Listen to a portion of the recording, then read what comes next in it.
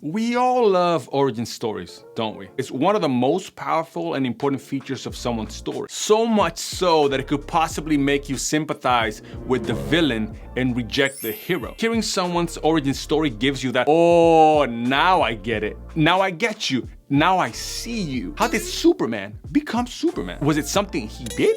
Was he born that way? How did Adolf Hitler become Hitler? Something necessarily had to happen. Was he born that way? Did he have something in his brain that made him act that way? Who on earth were Adolf's parents? What the crap did they do to him? How did Michael Jordan become Michael freaking Jordan? You see, most famous characters have this intriguing stories that we tell and retell each other. Heck, even Jesus has this very iconic and Christmas story. But, and this is a big but, there are some characters like the Joker that don't fit this category. One of the most fascinating things about the Joker is nobody really knows his origin story. There's no official origin story. And people have obsessed over this comic book villain, pondering how he became the most freaking iconic and twisted villain in comic book history. Even Heath Ledger's Joker has many stories explaining how he got the scars in his face. Where the fuck are these scars? What's that smile on that face? And yes, there is one character like that in the Bible. The most iconic villain of them all. The Horned One. The Prince of Darkness. Not that one. The Prince of Darkness himself. FYI, have you noticed that he's not a prominent villain in the Old Testament? Someone like him is barely mentioned at all. Did you ever read about David struggling with the devil? Or have you ever thought of Moses struggling with the devil? Did Joseph ever struggle with the devil? That is a conversation for another video. Now, you might be thinking, what are you talking about, you clueless bastard? Relax, bro. Don't get so intense. His story is well known by Christians and non-Christians alike. Most people can recite his entire origin story by heart. Believe me, I know. I know. Want to recite it together? In 3, 2, 3. The crap. In 3, 2. How the crap do you count down with fingers? In 3, 2, 1.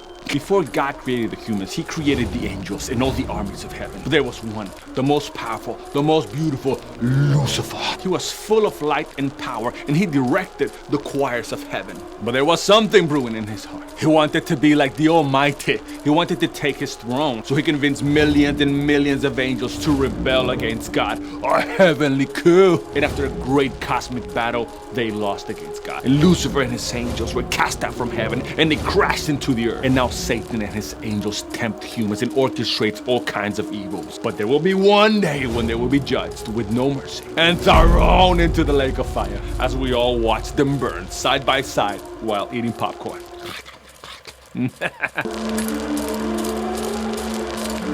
Yeah, is that the story you know? Ish? In the ballpark of it? And I'm sure if you've been in church long enough, you would be able to point me to the passage that retells the birth or creation of Satan and his fall, right? Right? Right? Maybe? It's okay. I actually don't blame you, because such passage does not exist in the entire Bible. You can look all you want and you'll never find a subtitle that says Origin of Satan and Subsequent Fall, the story of the creation of Satan. You won't find one. So what has happened is 2,000-ish years of church and culture, mostly Western culture, have weaved together Bible verses, apocalyptic and intertestamental writing, Greek thought, and 2,000 years of folklore and Hollywood to come up with somewhat of an official story, somewhat cohesive story of the origins of Satan. And that is okay. It's even fascinating. But that doesn't mean that that's biblical. You couldn't say that such story is written in the Bible as such. Let me go back a little bit. The word Satan or Satan basically means adversary. So when New Testament writers write about Satan or Satan in the original Greek, they write either about a Satan or the Satan. There are many references made in the Bible in favor of the existence of the Satan, and most scholars would agree with this. Maybe not agree that such a character actually in reality exists, but most would agree that it definitely existed for New Testament writers. All that to say that Satan exists in the Bible, and the fact that Satan exists means that he should have an origin story. But the truth is, we don't really know it. And this origin thing is very complex because the origin of Satan parallels or is connected to the problem of evil. Why is there so much evil and suffering in the world? Nobody really knows, yet most of us have a theory. But one thing is true, evil and suffering do exist. So you can ask any New Testament scholar and ask them, why do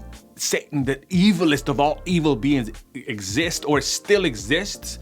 And they might have an opinion, but nobody really knows. And this is a very frustrating thing for creatures like us, because everything we know, anything we can smell, touch, see, has had an origin. We don't understand things that don't have an origin. By understanding how something is started, we can understand what that thing or that person is or are. By it, we can understand where it came from and even their purpose. That's what is so puzzling about God, for example. Because when the answer to the question, where did God begin? When was he born? Is never. God has always been. He was never created. When we had that type of answer, we just end up absolutely frustrated because not knowing God's beginning means that we will never comprehend God. And the whole piece of Satan's origin is so frustrating that we have done impressive exegetical gymnastics to come up with a somewhat cohesive origin of Satan. We look like holy detectives trying to solve a 3,000-year-old puzzle. As a side note, when I met Christ, I was attending a church that basically used the Bible as a book of secrets. You can find anything and everything in the Bible if you just looked closely. The Bible can teach you how to drive a stick. It can teach you how to get pretty girls. It can teach you how the world is gonna end, how to improve your biology scores, what to study in university, who killed John F. Kennedy, and definitely how Satan was born. You just had to put, with a lot of prayer, the puzzle together. You know, get a piece from Revelation, and this little piece from Isaiah, and that little piece from Ezekiel, or Jude, that little piece with Jude, and with a mix of Mark. That should do the trick. Believe me, I know what that looks like firsthand. So yes, the official story of the origin of Satan is pieced out or put together from different verses taken from the Old Testament and the New Testament. And I know what you might be thinking. That is already a red flag. Red flag number one. And red flag number two is that many of the pieces that form Satan's origin story contradict each other. And red flag number three, and the reddest of all the red flags, is the context of those verses. For example, there are two main passages in the Hebrew Scriptures or Old Testament that gives you the clearest account of Satan's origin. Those passages are found in Ezekiel 28 and Isaiah 14. Outside of these two passages, there are no other. You follow me, right? There are none like this two. Absolutely none. These are the clearest of them all. You can search the whole Bible and you wouldn't find clearer passages. Yep, we're there, right? Yes? None of these passages are talking about Satan. What we have done is taken pieces from speeches or messages against one, the ruler of Tyre, and the other one, the king of Babylon, and say, there it is, right in the middle of that. That piece is not talking about them. It's not a message for them. It's a revelation to us of how Satan was born. There it is. That's clearly about Satan. Say, what?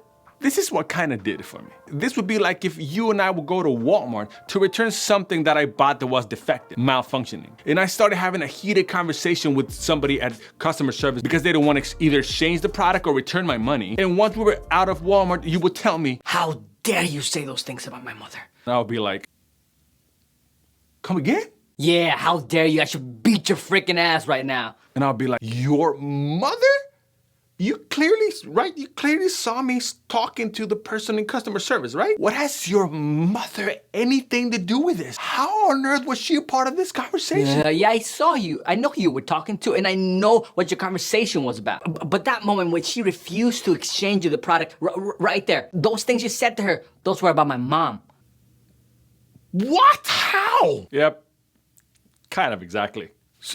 So, was he created pure evil, like the yin to the yang, or the yang to the yin? Which one's black? I don't know. Very likely not. Did he evolve into this monstrous sack of evil? I would say no. Am I certain of it?